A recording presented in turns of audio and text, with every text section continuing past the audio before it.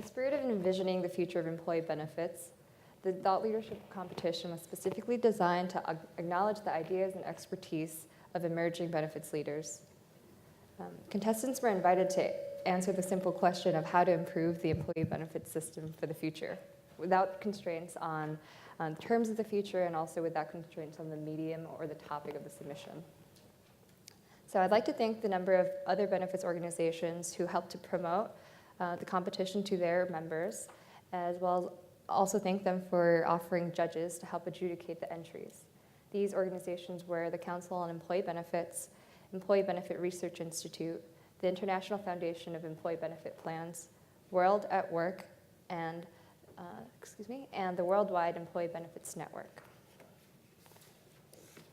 The winner selected for the Robert Gordon Chambers Award will also receive a complimentary registration gifted by the Council on Employee Benefits to its upcoming April conference. And their entry will also be submitted for publication by plansponsor.com, who is our media partner for the competition.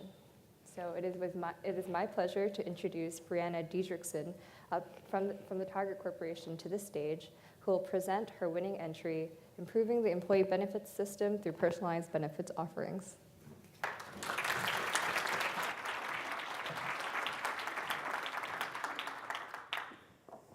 Thank you. Again, my name is Breanna Dedrickson, and I'm currently a lead benefits analyst at Target Corporation. You can see some additional information on the slide about me, but what I wanted to start with was the inspiration for this idea. And there's actually a number of factors that contributed to it. First, I began my career in benefits over 10 years ago, working in a call center and helping employees enroll in benefits.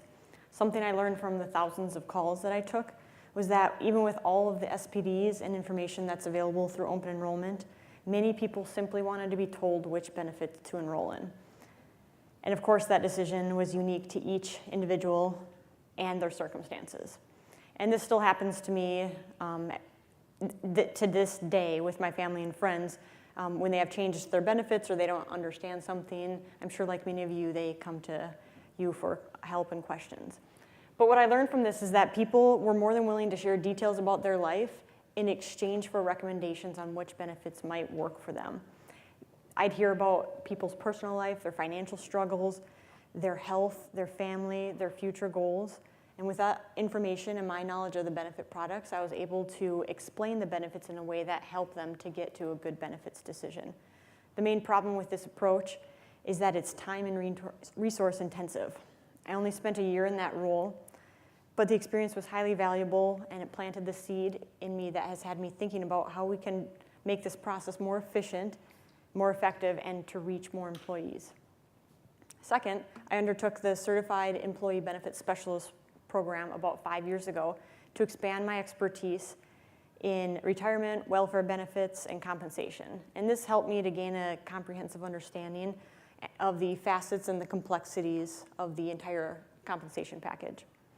And lastly, I've spent the most time in my career as a data analyst in benefits, where I sift through millions and millions of rows of information every day. And I'm able to transform this incredibly messy and unstructured data into actionable results that solve business questions. I'm constantly amazed at the amount of data that we all produce on a daily basis, and I get really, really excited about using this data to solve problems. Real quick, here's a few metrics that support my argument that employees get stressed about the enrollment process, that they're less productive at work when they're worried about things like personal financial problems, and that they're interested in customized or personalized benefits based on their unique needs. There's a lot of words on this slide, so I'll just summarize. The issue I've identified here is that employees want a personalized easy button when it comes to their benefit choices. And employers want their employees to feel confident that they're making the right elections so that they're more productive and satisfied at work. Employers also have limited time and resources in which to help their workforce make these decisions. The solution that I've proposed is to harness the data that's already available via social media, internal HR systems, data warehouses, and a variety of other data sources such as wearables. Then to build algorithms that use the unique combinations of these information to deliver advice and suggestions that are tailored to each employee. This is similar to how you get personalized recommendations when you're shopping online that are based on your past purchases, your browsing activity, and the habits of other people who've purchased similar items. The technology certainly exists, but I just hadn't seen it applied to this level of personalization in the employer benefits world. This is a really simplified schema showing a few of the data sources that could be collected.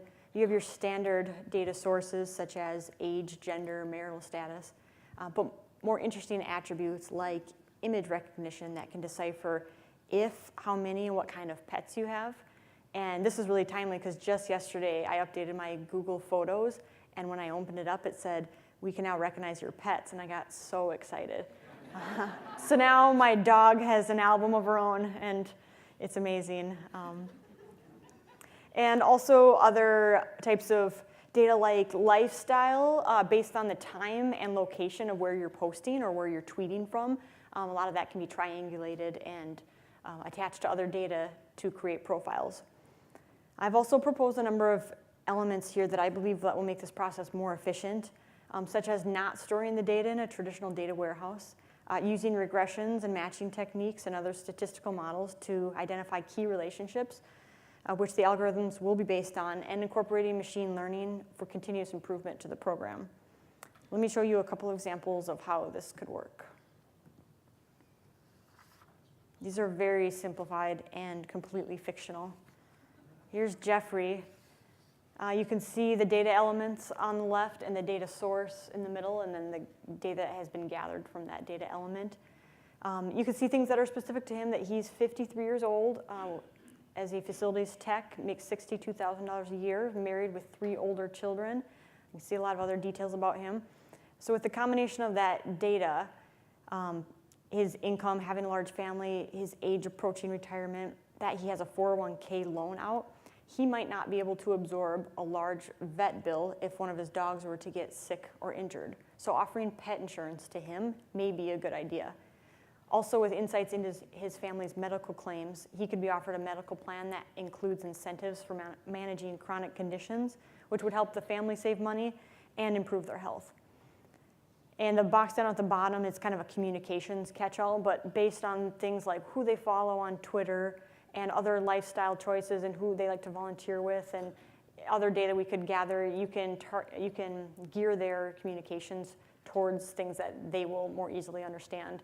In his examples, he might like stats, sports references, and other things that baby boomers would be interested in hearing. Here's Monique. You can see with her age at 28 years old and education with a master's degree in an engineering field that she likely has a higher income projection, and she currently doesn't have a family to support.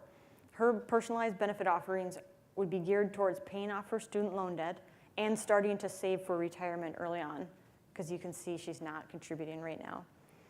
Her recommendations also include connecting her to company mentoring and volunteer programs because she may have the time and the energy early in her career for these commitments.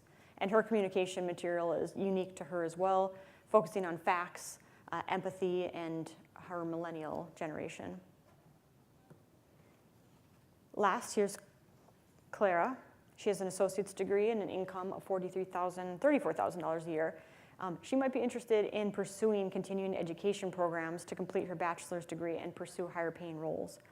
Also, as a single mother, income protection benefits such as short-term and long-term disability may give her peace of mind, knowing she would still be able to provide for her family if she were unable to work.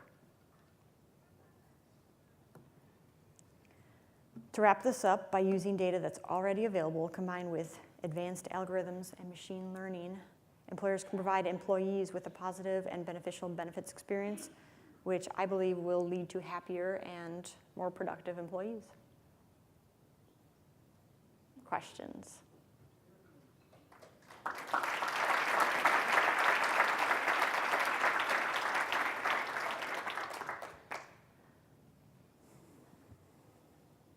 Yes, security. Would these data sources all be public information? If not, how do you safeguard the security of the information? So that's data and privacy issues were some of the top issues that I thought of.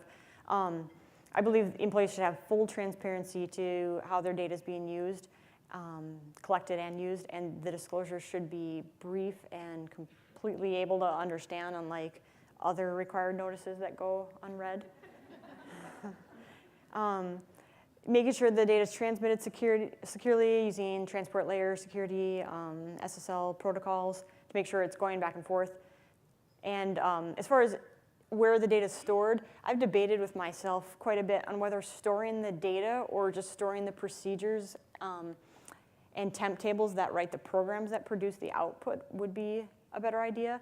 The data is already stored somewhere, so restoring it just puts us at a higher liability of somebody hacking that. So if you're familiar with SQL or programming or temp tables or anything, you're not replicating the storage of the data, you're just applying all your logic in a process. Once you end that session, all of that data goes away and you can repeat that session the next time around. But you can also, with the use of local encryption and advanced password functions, make sure those sessions are highly protected. And there's a lot of other technical things that I'm not sure I understand, but I believe it can be solved for. Do you imagine this kind of application would be an enterprise level program or designed for consumers? I think I thought of this for initially as an employer benefit tool, and then started thinking, well, when people get products outside of employers, whether it be insurance or other products, that it could be applied to that level as well. But my thinking was specifically towards helping people make better benefit choices.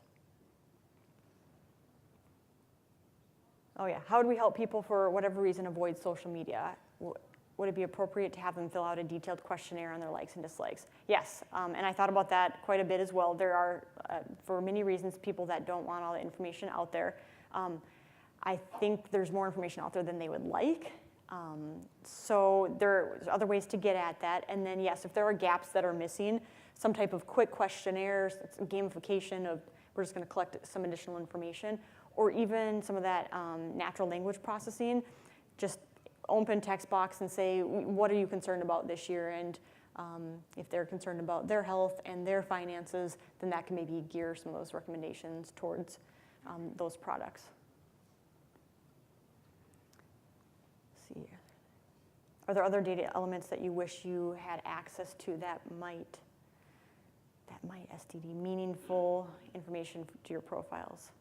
Yes, I mean, I would take any data element and that I could. I over-index usually just to see what could be useful, and then you run regressions to see which ones match.